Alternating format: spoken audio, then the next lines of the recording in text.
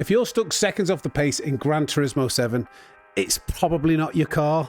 It's one of these 5 reasons, and most people don't even realize they're making them. So let's fix that. Hello everybody and welcome back to the Sammy Snake Racing YouTube channel. My name's Sam, aka Sammy Snake, aka the fastest snake in the world. Now if you've watched any of my content or my live streams, you will have seen me competing in the top split lobbies in the EU, and we normally do all right. So believe me when I tell you, these tips come from a player who knows what he's talking about. So before we get into these tips, hit the like, hit the hype, make sure you're subscribed, and if you want to get in touch for any personal coaching inquiries, then contact this email address. Now, let's get into tip 1. Now, most people think that they're already using a braking point for a corner, and that's true to a degree, but that's where the problem lies. To a degree. The level of precision that players don't have when using braking points is one of the main reasons they're slower. They'll watch a replay and, for example, use a braking point like the 150 board, and on lap 1 they'll brake at 145, and on lap 2 they'll brake at 155. Now, this is setting yourself up for failure. You need to be absolutely pixel precise with where you brake and brake on that exact point every single time. If you brake 5 meters too late, the best that you can do is try and minimize the time loss coming out of the corner because you've come into that too fast. And if you brake too early, then you're obviously losing time coming into the corner. One of the #1 mistakes that I see from clients that I coach is the level of precision in making their braking points exactly the same on every single lap. So if you're using braking points, make sure you're super precise to ensure you're not only faster, but more consistent. Now this one's simple, but it's absolutely huge. I'm going to show you a clip that's going to play over while I'm talking that just shows you the incredible time difference there is from using what looks to be most of the track limits compared to all of the track limits. If you're not using every single inch of the track limit available to you, you're making the corner tighter than it needs to be. So with a wider entry, you can get a wider exit and you can get a straighter line and carry much more speed through a section of corners. People massively underestimate how much time loss can be made from just not using all of the track that's available.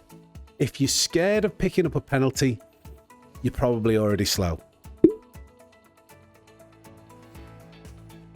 A lot of players in Gran Turismo 7 are either braking at 100% or 0%, and that means that the car can't rotate properly into corners. Now, trail braking allows you to trail off the brakes as you are turning into the corner to allow it to rotate. Now, if this sounds confusing, don't worry. I've done a full video breaking down exactly what trail braking is and how to practice it just here. So be sure to watch that video after this one. But for now, just know that if you're not trail braking, you're leaving a lot of time on the table.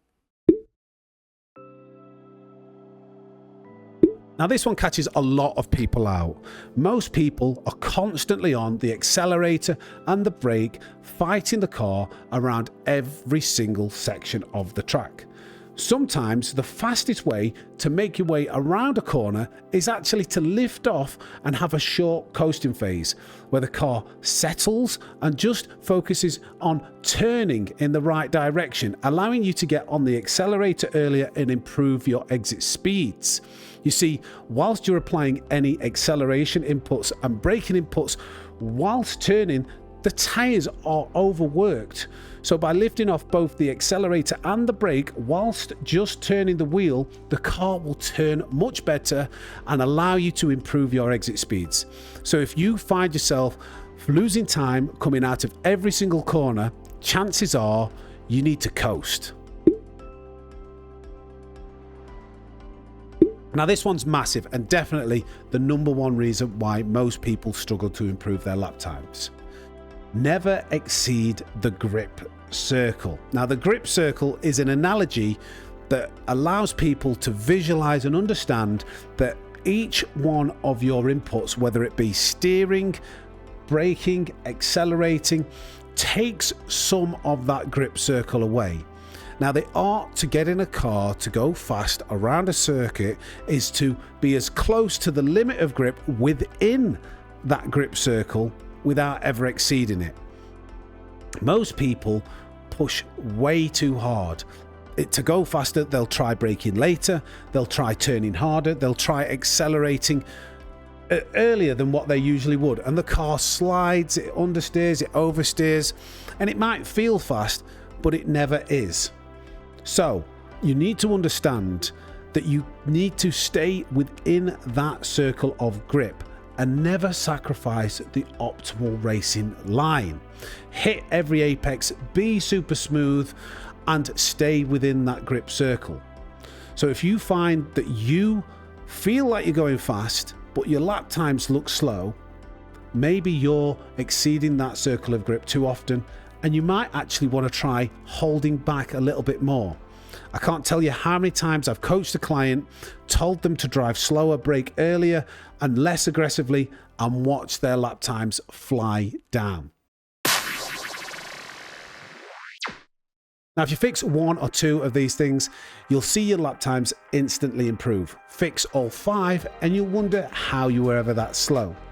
But if you do want help fixing these things properly with some one-on-one coaching, reach out to my email just here and we can see what we can do to help you out.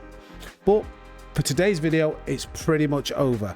Do me a favor before you go, hit the like button, give it a hype, and make sure you subscribe for future content. But from the fastest snake in the world, it's over and out. Take care, and thanks for watching.